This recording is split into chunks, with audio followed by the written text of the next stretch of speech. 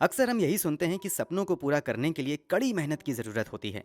लेकिन अगर यही सपना हमें गलत रास्ते पर ले जाए तो अंजाम भी बुरा होता है।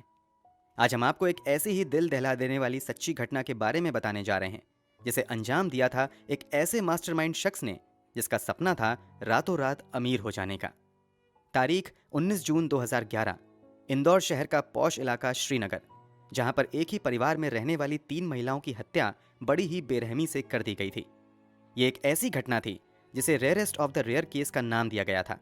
इसके साथ ही ये देश का एक ऐसा केस बना जिसमें पहली बार किसी महिला को धारा 302 के तहत दोषी ठहराया गया और उसे फांसी की सजा सुनाई गई। साथ ही इस केस में एक के बाद एक ऐसे कई खुलासे हुए जिन पर यकीन कर पाना थोड़ा मुश्किल है। आखिर कौन था वो जिसने अमीर बनने के सपने को पूरा करने के लिए एक ही परिवार की पूरी पीढ़ी को खत्म कर दिया? आखिर क्या है इस ट्रिपल मर्डर केस की पूरी कहानी और क्या कुछ हुआ है अभी तक इस पूरे केस में, ये जानेंगे हम आज की इस वीडियो में। लेकिन आनी है इंदौर शहर में रहने आई 42 साल की मेघा देशपांडे की, जो एक वर्किंग वुमेन थी और वो एक MLM यानी मल्टी लेवल मार्केटिंग में काम करती थी। आपने MLM बिजनेस के बारे में तो सुना ही होगा, जिसमें बहुत सारी कंपनीज मेंबर बनाती हैं और कोई मेंबर जितने लोग जोड़ता है उतनी कमाई होती जाती है। तो हो सकता है कि मेघा ने भी इस बिजनेस के जरिए काफी पैसे कमाए होंगे। मेघा इंदौर के इस घर में अपनी 21 साल की बेटी अश्लेषा और अपनी 70 साल की मां रोहिणी के साथ रहती थी। मेघा के पति बैंक में एक मैनेजर थे और वो दूसरे शहर में रहते थे। मेघा देशपांडे का परिवार उज्जैन से कुछ ही समय पहले इस शहर में आया था और वो हंसी खुशी यहाँ रह रहे थे। इसके साथ ही मेघा को कीमती ज्वेलरी पहनने का भी बहुत शौक था, इसलिए वो अक्सर जब भी बाहर जाती थी तो वो अपने गहनों को पहनकर ही निकलती थी। एक दिन मेघा अपने इन्हीं कीमती गहनों को पहनकर एक शॉपिंग मॉल में गई। यहाँ लोगों की बहुत भीड़ थी, हर कोई मॉल में शॉपिंग करने और घूमने आया था। इसी भीड़ में मेघा की मुलाकात 23 साल की नेहा वर्मा नाम की एक लड़की से हुई। नेहा दिखने में जितनी सुंदर थी उतनी ही वो खुश मिजाज लड़की भी थी। उसे नए नए दोस्त बनाना बहुत अच्छा लगता था। इधर नेहा का रोहित नाम का एक बॉयफ्रेंड भी था जिसकी उम्र 24 साल थी। दोनों एक दूसरे से बहुत प्यार करते थे और एक दूसरे से ही शादी करना चाहते थे, लेकिन दोनों की आर्थिक स्थिति ठीक नहीं थी। नेहा के पिता एक वैन चालक थे, इसलिए घर में पैसे का अभाव रहता था। इसके साथ ही नेहा और उसके बॉयफ्रेंड की एक खास बात यह भी थी कि इनके अरमान एक जैसे ही थे। दोनों ही रातों रात अमीर होने के सपने देखते रहते थे ताकि वो आराम से अपनी जिंदगी जी सकें। इसी बीच नेहा और मेघा के बीच दोस्ती गहरी होती गई। नेहा अक्सर मेघा को कॉल करती थी, वो उसके बिजनेस के बारे में जानना चाहती थी। जब नेहा ने MLM बिजनेस के साथ जुड़ने की इच्छा जताई, 13 जून 2011 को मेघा कॉल करके नेहा को MLM बिजनेस के साथ जुड़ने को कहती हैं और उसे घर पर आने को कहती हैं। इसके बाद नेहा मेघा के घर पहुंचती हैं और फिर कुछ समय बाद वापस चली जाती हैं। इसके बाद दोपहर तक मेघा के घर पर सन्नाटा पसरा रहा।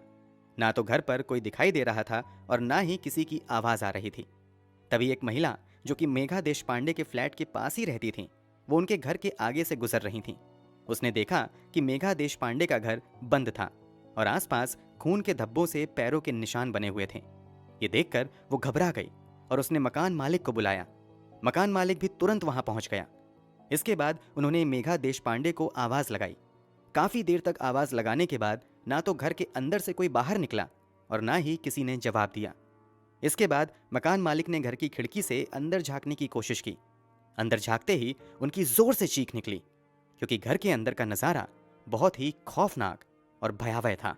उन्होंने देखा कि घर के अंदर एक नहीं, दो नहीं, बल्कि 3-3 लाशें पड़ी हुई हैं। ये लाश किसी और की नहीं बल्कि मेघा, उसकी बेटी अश्लेषा और मेघा की मां रोहिणी की थी। ये देखते ही मकान मालिक ने तुरंत पुलिस को फोन करके इसकी जानकारी दी। खबर मिलते ही पुलिस वहां मौके पर पहुंच गई। धीरे धीरे जब लोगों को इस घटना की खबर मिली तो उनके घर के बाहर भीड़ जमा होनी शुरू हो गई। इसी बीच पुलिस जब घर के अंदर गई तो उनका भी दिल पसीज गया, क्योंकि एक ही परिवार की 3 महिलाओं की हत्या की गई थी, जिसमें मां, बेटी और नानी शामिल थीं। वहीं इस केस में सबसे बड़ा क्लू पुलिस के हाथ लगा। दरअसल पुलिस को हत्या वाली जगह से 2 बुलेट शेल मिली। इसके बाद पुलिस ने जांच पड़ताल करनी शुरू की, जिसके बाद उन्हें पता लगा कि मेघा देशपांडे की हत्या उनके सर पर गोली लगने से हुई है। लेकिन मेघा के सर पर एक ही गोली लगी थी। दूसरी गोली किस पर चलाई गई थी, ये देखने के लिए पुलिस ने तीनों लाशों को पोस्टमार्टम के लिए भेजा। और जब पोस्टमार्टम की रिपोर्ट आई तो ये पता चला कि मेघा देशपांडे की बेटी और मां की हत्या शरीर पर चाकुओं को गोद कर तो हुई है, लेकिन चाकू से एक या दो बार वार नहीं किया गया था, बल्कि कई बार चाकू गोद गोद कर बेरहमी से उनकी हत्या की गई थी। अब पुलिस के सामने ये सवाल खड़ा हुआ था कि आखिर दूसरी गोली किस पर चली थी। जब देश पांडे परिवार की हत्या की खबर लोगों तक पहुंची तो उनके भी रोंगटे खड़े हो गए और वे जल्द से जल्द केस को सुलझाने और आरोपियों को पकड़ने की मांग करने लगे। लोगों के बढ़ते दबाव के कारण पुलिस पर इस केस को जल्द से जल्द सुलझाने का दबाव बढ़ गया था। इसके बाद पुलिस भी हत्यारों को ढूंढने की कोशिश में जुट गई, लेकिन कहीं से भी कोई और क्लू पुलिस को नहीं मिल रहा था। जब पुलिस ने हत्या वाली जगह पर पड़े खून के धब्बों की जांच करवाई तो पता चला कि इन तीनों महिलाओं के खून के धब्बों के साथ साथ वहां पर एक और शख्स का खून भी गिरा हुआ था, जिसके बाद पुलिस को इस बात का यकीन तो हो गया था कि ये खून के धब्बे जरूर खूनी के ही हो सकते हैं। इसके लिए उन्होंने पास के ही अस्पताल में जांच शुरू कर दी कि हाल ही में किसी ने गोली लगने पर इलाज करवाया हो। एक तरफ पुलिस सबूत जुटाने में लगी थी, वहीं दूसरी ओर इस केस को लेकर पुलिस ने लूट और हत्या का मुकदमा दर्ज किया और अब और सख्ती से आरोपी की तलाश शुरू कर दी। पुलिस ने कॉल डिटेल्स निकलवानी शुरू की तो ये पता लगा कि एक नंबर से बार बार मेघा देशपांडे के पास कॉल्स आती थीं और इनकी आपस में काफी देर देर तक फोन पर बातचीत भी होती थी। जब पुलिस ने इस नंबर की जांच की तो पता लगा ये नंबर किसी और का नहीं बल्कि नेहा का था। पुलिस को नेहा पर शक तो था, लेकिन अभी नेहा के खिलाफ उन्हें कोई भी पुख्ता सबूत नहीं मिला था। पुलिस के पास सबूत इकट्ठा करने और गुनहगार तक पहुंचने का बस एक ही रास्ता था, नेहा के बारे में पता लगाना, क्योंकि यही एक छोटा सा सबूत उन्हें मिला था जो देशपांडे परिवार के हत्यारों तक उन्हें पहुंचा सकता था। अब पुलिस ने नेहा के बारे में पता करना शुरू किया और उसकी लोकेशन को ट्रैक करने लगी। जब पुलिस को यह पता लगा कि नेहा एक एटीएम के पास हैं तो वो भी उसी लोकेशन पर पहुंचे जहां पर नेहा थी। इसके बाद जैसे ही नेहा एटीएम के अंदर गई तभी उन्होंने मौका पाकर उसे वहीं पकड़ लिया। पुलिस ने नेहा को हिरासत में लेने के बाद उससे पूछताछ की, लेकिन उसने कुछ नहीं बताया। इधर पुलिस ने एक ऐसे शख्स को पकड़ा जिसने हत्या वाले दिन एक झूठी एफआईआर दर्ज करवाई थी और वो शहर के एक हॉस्पिटल में अपना इलाज करवा रहा था। जब इस शख्स के बारे में छानबीन हुई तो पता चला कि ये कोई और नहीं बल्कि नेहा का प्रेमी राहुल था, जिसके पैर में गोली लगी हुई थी। पुलिस का शक तब यकीन में बदला जब उन्हें यह पता चला कि देशपांडे परिवार के घर पर जो खून मिला था वो राहुल का ही खून था। इसके बाद पुलिस ने सख्ती से पूछताछ करनी शुरू की और फिर दोनों ने अपने गुनाह कबूल किए। दोनों से पूछताछ करने के बाद एक कई राज खुलते गए। नेहा ने बताया कि उसकी मुलाकात मेघा से मॉल में हुई थी, क्योंकि मेघा दिखने में काफी अच्छे और अमीर घर की नजर आ रही थीं, हाई प्रोफाइल दिखने वाली थीं। मेघा ने हाथ और गले में सोने की कई कीमती जेवरात पहने हुए थे। नेहा ने जब मेघा के शरीर पर इतने सारे कीमती जेवर देखे तो वो हैरान हो गई थीं। तभी नेहा के दिमाग में मेघा देशपांडे के करीब जाने और उससे दोस्ती करने का ख्याल आया और वो मेघा से बातचीत करने के लिए जानबूझकर उससे जा टकराईं। मेघा के हाथ में सामान था जो कि टकराने के कारण नीचे गिर गया था। नेहा ने जल्दी से सॉरी आंटी कहा और फिर सामान उठाने में मेघा की मदद करने लगी। इसी बीच उसे अच्छा मौका मिला मेघा से बात करने का। धीरे धीरे नेहा ने मेघा के साथ बात बढ़ाई ताकि वो उसके करीब जा सके। इस दौरान उसने मेघा से खूब बातें की, यहाँ तक कि वो मेघा को छोड़ने उसकी कार तक भी गई। अब नेहा को ये तो पता लग गया था कि मेघा किसी अमीर परिवार से हैं। मेघा को देखते ही उसके मन में ख्याल आया रातों रात अमीर बनने का, और उसने मेघा को देखते ही उसे लूटने की साजिश रची और उसे अपने जाल में फंसा लिया। इसके बाद नेहा ने अपने इस प्लान में अपने बॉयफ्रेंड राहुल को भी शामिल किया। उसने राहुल को बताया कि उसकी एक ऐसी महिला से बातचीत होती है जो बहुत रईस घर से है। उसके घर पर केवल महिलाएं ही रहती हैं। मेरी उनके साथ काफी अच्छी बातचीत भी है। ये सुनकर राहुल के दिमाग में भी यही ख्याल आया कि ये तो अच्छा मौका है कि घर में कोई आदमी नहीं है, सिर्फ महिलाएं ही हैं, तो क्यों ना लूटपाट की जाए ताकि उनकी आर्थिक तंगी सुधर सके और वो शादी के बाद आराम से रह सकें। उन्हें ज्यादा मेहनत करने की जरूरत भी नहीं पड़ेगी। इसके बाद राहुल इस साजिश की तैयारी करने लगा। वह मन ही मन मेघा के घर में लूटपाट करने की योजना बना रहा था। उसे लग रहा था कि लूटपाट के लिए वो उनकी हत्या कर देगा ताकि कोई उनके खिलाफ बोल ना पाए, लेकिन उनके पास मेघा को मारने के लिए पिस्टल नहीं थी। इसके लिए राहुल ने सहारा लिया मनोज का, क्योंकि उसके पास एक पिस्टल थी। मनोज राहुल का दोस्त था और वो उम्र में नेहा और राहुल से काफी बड़ा था। अब वो दिन भी आ गया जिस दिन नेहा और उसके प्रेमी ने इस घटना को अंजाम देना था। मेघा के घर उसके अलावा उसकी माँ और बेटी ही थी।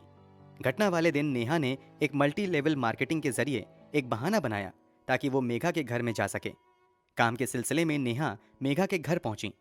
वो मेघा से लेकर कंपनी का फॉर्म भरने लगी, लेकिन उसे भरना कैसे है इसके लिए उसने मेघा से कहा कि पास में ही उसका एक दोस्त रहता है और वो उसे यहाँ बुलाकर इस फॉर्म को भरने में उसकी मदद लेना चाहती है। इसके बाद नेहा ने फोन कर उन्हें बुलाया और प्लान के मुताबिक राहुल और मनोज भी मेघा के घर में घुस गए।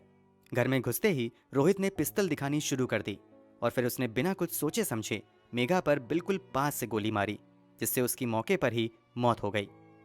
ये राहुल वही शख्स था जिसने मेघा पर सबसे पहले गोली चलाई थी। गोली की आवाज सुनकर कमरे में अश्लेषा और उसकी नानी भी दौड़ी दौड़ी वहां पहुंची।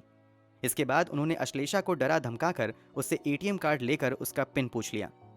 इसके बाद रोहित ने गोली से अश्लेषा और उसकी नानी को मारने की कोशिश की, लेकिन हड़बड़ी में ये गोली राहुल के पैर में जा लगी। इसके बाद उन्होंने चाकू से मार मार कर उनकी हत्या कर दी। उसके बाद इन्होंने वहां से निकलने से पहले 1.5 लाख रुपए, 5 लाख तक के कीमती गहने और एटीएम कार्ड लेकर फरार हो गए। ये वही एटीएम कार्ड था जिससे नेहा पैसे निकलवाने जा रही थी और तब पुलिस ने एटीएम के पास नेहा को पकड़ा था। इसी कार्ड के जरिए पुलिस ने नेहा को हिरासत में लिया था। इसके बाद राहुल ने अपने पैर पर लगी गोली का इलाज करने के लिए एक झूठी एफआईआर दर्ज करवाई। ये सब आरोपियों ने पुलिस को अपने बयान में बताया था। उन्होंने साथ ही ये भी कहा कि ये उनका प्लान था कि मर्डर करके वो सारी चीजें लूट लेंगे और फिर हम कभी भी पकड़े नहीं जाएंगे। लेकिन ज्यादा देर ना करते हुए पुलिस ने इस केस को सुलझाया और हत्यारों को पकड़ लिया। ये बात धीरे धीरे लोगों तक पहुंच गई कि देशपांडे परिवार के हत्यारे पकड़े गए हैं, जिसके बाद लोगों ने उन्हें कड़ी से कड़ी सजा दिलाने की मांग की। दिसंबर 2013 में निचली अदालत ने इन तीनों ही आरोपियों को फांसी की सजा सुनाई थी और आईपीसी की धारा 302 के तहत आरोपियों से मिले खून से सने कपड़े, चाकू, जूते और लूटे जेवर मौजूद किए। इसके बाद 2014 में हाईकोर्ट की इंदौर बेंच ने भी जिला अदालत के इस फैसले को गंभीर बताते हुए नेहा वर्मा, उसके प्रेमी राहुल और मनोज की फांसी की सजा को बरकरार रखा और साथ ही कोर्ट ने इस केस को rarest of the rare case भी माना। नेहा वर्मा इन दिनों इंदौर सेंट्रल जेल में बंद हैं। हाल ही में वो जेल में रहते हुए अन्य महिला कैदियों को ब्यूटी पार्लर का कोर्स करवा रही हैं। तो दोस्तों, देखा आपने कैसे पैसा एक इंसान से वो सब करवा देता है जिसका अंजाम अंत में बहुत ही भयानक होता है। इसके साथ ही हमें इस केस से ये भी सीख मिलती है कि हमें पब्लिक प्लेस में कीमती जेवरात पहनकर नहीं निकलना चाहिए। किसी अनजान शख्स से एकदम से दोस्ती नहीं करनी चाहिए। ये छोटी छोटी चीजें ही सीख लेने वाली होती हैं, जिससे हम खुद की सुरक्षा और अपने परिवार की सुरक्षा कर सकते हैं। आपको इस केस से क्या सीख मिली, हमें जरूर बताइए। इसके साथ ही दोस्तों, क्या आपको ये पता है कि इंदौर में ये पहली बार हुआ था जब कोर्ट ने किसी लड़की को फांसी की सजा सुनाई थी? आपको क्या लगता है, क्या कोर्ट ने सही फैसला लिया? क्या कोर्ट ने उन्हें सही सजा सुनाई? आपके मुताबिक आरोपियों को और कौन सी सजा मिलनी चाहिए थी?